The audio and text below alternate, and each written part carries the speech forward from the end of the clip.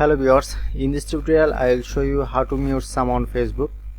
So first of all, open your any browser and log in your Facebook account. Now I am open a Chrome browser and log in my Facebook account. Look here, this is my Facebook account dashboard. So now I am showing a easy method step by step, so follow my all process.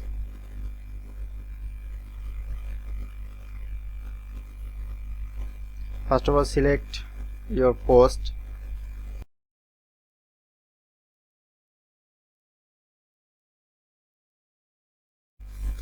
Click the three line and click here.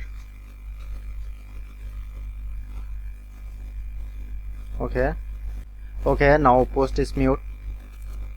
So if in this video helpful, please hit the subscribe button and thank you for watching.